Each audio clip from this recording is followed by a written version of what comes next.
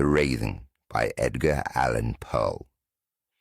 Once upon a midnight dreary, while I pondered, weak and weary, over many quaint and curious volume of forgotten lore, while I nodded, nearly napping, suddenly there came a tapping, as of someone gently rapping at my chamber door. "'Tis some visitor," I muttered, tapping at my chamber door, "only this and nothing more." Distinctly I remember it was in a bleak December, and each separate dying ember wrought its ghost upon the floor. Eagerly I wished the morrow, vainly I had sought to borrow from my book's secrets of sorrow for the lost Lenore, for the rare and radiant maiden whom the angels name Lenore, nameless here for evermore. And the silken, sad, uncertain rustling of each purple curtain thrilled me, filled me with fantastic terrors never felt before, so that now, to the still beating of my heart, I stood repeating, "'Tis some visitor entreating entrance at my chamber door, some late visitor entreating entrance at my chamber door. This is it, and nothing more." Presently my soul grew stronger, hesitating then no longer. "Sir," said I, "or madam, truly your forgiveness I implore, but the fact is I was napping, and so gently you came rapping, and so faintly you came tapping at my chamber door, that I scarce was sure I heard you. Here I opened wide the door, darkness there and nothing more." Deep into the darkness peering, long I stood there wondering, fearing, doubting, dreaming dreams no mortals ever dared to dream before. But the silence was unbroken, and the stillness gave no token, and the only word there spoken was whispered word, "Lenore." This I whispered, and echo murmured back the word, "Lenore." Merely this, and nothing more. Back into the chamber turning, all my soul within me burning, soon again I heard a tapping, something louder than before. "Surely," said I, "surely that is something at my window lattice. Let me see then what thereat is, and this mystery explore. Let my heart be still a moment, and this mystery explore. 'Tis the wind, and nothing more."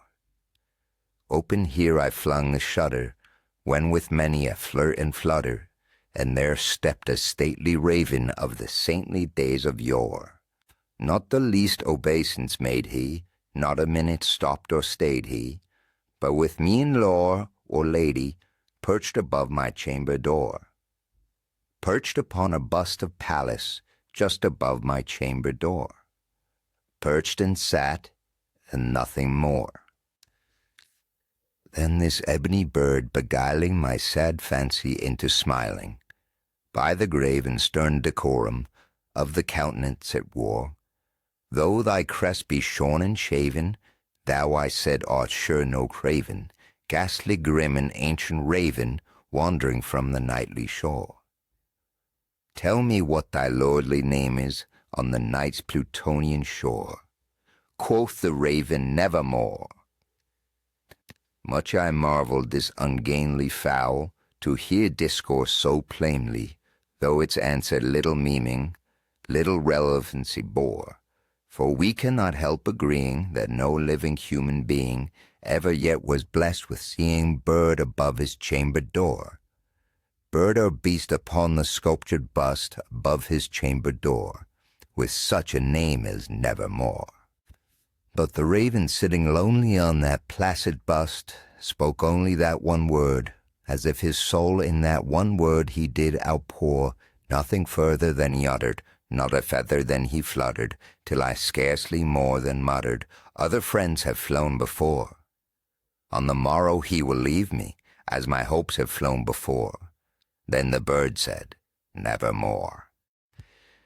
Startled at the stillness broken by reply, "So aptly spoken, doubtless," said I, "what it utters is only its stock and store, caught from some unhappy master whom unmerciful disaster followed fast and followed faster, till his songs one burden bore, till the dirges of his hope that melancholy burden bore, of never, nevermore. But the raven still beguiling all my sad soul into smiling, straight I wheeled a cushioned seat in front of bird and bust and door. Then upon the velvet sinking, I betook myself to linking fancy unto fancy, thinking what this ominous bird of yore, what this grim, ungainly, ghastly, gaunt, and ominous bird of yore, meant in croaking nevermore. This I sat engaged in guessing, but no syllable expressing, to the fowl whose fiery eyes now burned into my bosom's core.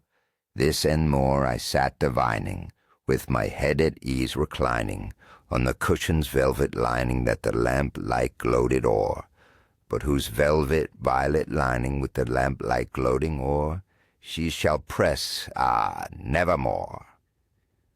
Then methought the air grew denser, perfumed from an unseen censer, swung by seraphim whose footfalls tinkled on the tufted floor.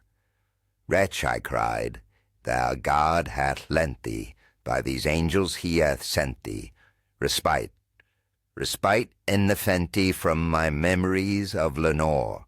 Quaff, oh quaff this kind of nepenthe, and forget this lost Lenore. Quoth the raven, nevermore. Prophet, said I, thing of evil, prophet still, if bird or devil, whether tempter sent, or whether tempest tossed thee here ashore, desolate, yet all undaunted on this desert land enchanted, on this home by horror haunted, tell me truly, I implore, is there balm in Gilead? Tell me, I implore. Quoth the raven, nevermore.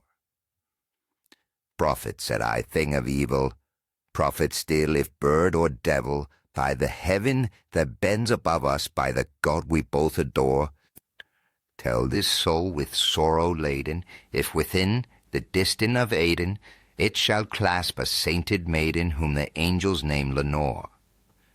Clasp a rare and radiant maiden whom the angels name Lenore. Quoth the raven, nevermore.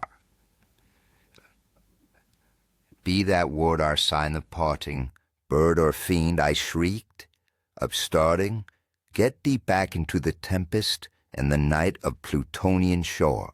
Leave no black plume as a token of that lie that soul hath spoken. Leave my loneliness unbroken. Quit the bust above my door. Take thy beak from out my heart, and take thy form from off my door. Quoth the raven, nevermore.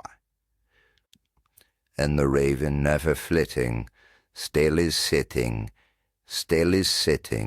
on the pallid bust of Pallas just above my chamber door. And his eyes have all the seeming of a demon's that is dreaming, and the lamplight o'er him streaming throws his shadow on the floor, and my soul from out that shadow lies floating on the floor, shall be lifted nevermore.